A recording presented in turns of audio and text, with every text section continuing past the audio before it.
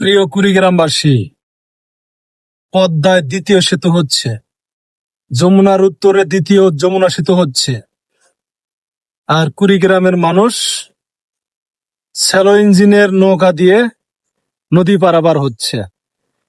আপনাদের বারবার বলছি, আপনাদের অধিকার আপনাদের আদায় করে নিতে হবে। হুম লক্ষ লক্ষ কোটি টাকা এই মেঘা প্রকল্পে ব্যয় হচ্ছে, আর কুড়িগ্রামের মানুষের ভাগ্যে কচু হুম কচু থাকে। রৌমারী টু চিলমারি একটা সেতুর দাবি আমরা করে আসতেছি দীর্ঘদিন থেকে। এই সেতুর বাস্তবায়নে কোনো পরিকল্পনাই নেই, মহাপরিকল্পনা আমাদের রৌমারী টু চিলমারি সেতুর কোনো পরিকল্পনা নেই। ঘুমায় থাকেন কুড়িগ্রামবাসী, আপনারা ঘুমায় থাকেন। আপনারা মফিস, গরিব, ছোট লোক আজীবনই থাকবেন, কারণ আপনাদের অধিকার সম্পর্কে আপনারা সচেতন না। কেন পদ্মায় দ্বিতীয় সেতু না হয়ে কুড়িগ্রামে একটি সেতু হইতে পারতো না? যমুনাতে সেতু একটা আছে, আর একটা না হয়ে কুড়িগ্রামে একটি সেতু হতে পারতো না? সরকারকে আপনারা বুঝাইতে পারেন না, বুঝাতে অক্ষম। কুড়িগ্রামের সংসদীয় আসনে যারা নির্বাচিত হয়েছেন, দাবি উত্থাপন করছেন, সংসদ কাঁপাইছেন, কুড়িগ্রামের লোকজন নিয়ে আন্দোলন শুরু করেন, বাস্তবায়ন হবে। ছেলে না কানলে মায়ও কিন্তু দুধ দেয় না। দুধ দেয় না। সমস্যাটা আপনাদের। হ্যাঁ, চাইতে হবে আপনাদেরই, সমাধান আপনাদেরই করতে হবে। যদি কুড়িগ্রাম একটা পোর্ট রয়েছে, রৌমারীতে একটি স্থলবন্দর রয়েছে, তারপরেও সেখানে একটি সেতু কেন হবে না? এতটা গুরুত্বপূর্ণ জায়গায় সেতু কেন হবে না?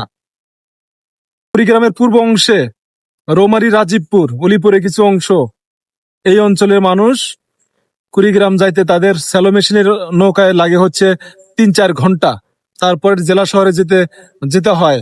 একটা সেতু হলে 10 মিনিটের রাস্তা ছিল, সেই জায়গায় ৩-৪ ঘন্টা লেগে যায়। যদি সেতু নাই হয়, তাহলে এই অঞ্চলকে আলাদা জেলা করে দেন, অথবা অন্য এই পূর্ব অংশের অন্য কোনো জেলার সাথে সংযুক্ত করে দেন। Roumari to Dhaka to Roumari express highway তৈরি করে দেন। বাংলাদেশে তো অনেক হয়েছে, তাহলে কুড়িগ্রামের জন্য হবে না কেন? কুড়িগ্রামের মানুষ মানুষ না? কুড়িগ্রামের মানুষ হচ্ছে মফিজ, তাদের তো মানুষ আপনারা মনে করেন না। এ কারণেই তো কুড়িগ্রামের মানুষের ভাগ্যের পরিবর্তনের জন্য কাজ করে যাচ্ছেন না। প্রিয় কুড়িগ্রামবাসী, কষ্টে কথাগুলো বললাম। যদি আপনারা মনে করেন যে না আমি যৌক্তিক কথা বলছি, তাহলে সাড়া দিয়েন। আন্দোলন আমরা মাঠে নেমে আন্দোলন তো করবই। এর আগে আমাদের অনলাইনে আমাদের একটা আন্দোলনের জোয়ার উঠাতে হবে, সুর উঠাতে হবে, তবে বাস্তবায়িত হবে। সবাই ভালো থাকবেন, সুস্থ থাকবেন। কুড়িগ্রামের নির্বাচিত এমপিরা, আপনারা মনে রাখেন, যদি জনগণের ভাগ্যের পরিবর্তন না করতে পারেন, জনগণ আপনাদের ভাগ্যের পরিবর্তন করে দেবে। ফাইনাল ডিসিশন জনগণ এবার এক। হ্যাঁ, তারা ভোট দিচ্ছে আপনাদের। যদি আপনারা আপনাদের সঠিক দায়িত্ব পালন না করতে পারেন, ক্ষমতা ছেড়ে দিয়েন। আবার নতুন করে নির্বাচন হবে, এরপর যোগ্য ব্যক্তি আসবে, তারপর তারা নির্বাচিত হয়ে তারপরে অধিকার নিয়ে তারা সোচ্চার হবে। সবাই ভালো থাকবেন, সুস্থ থাকবেন। আল্লাহ হাফেজ।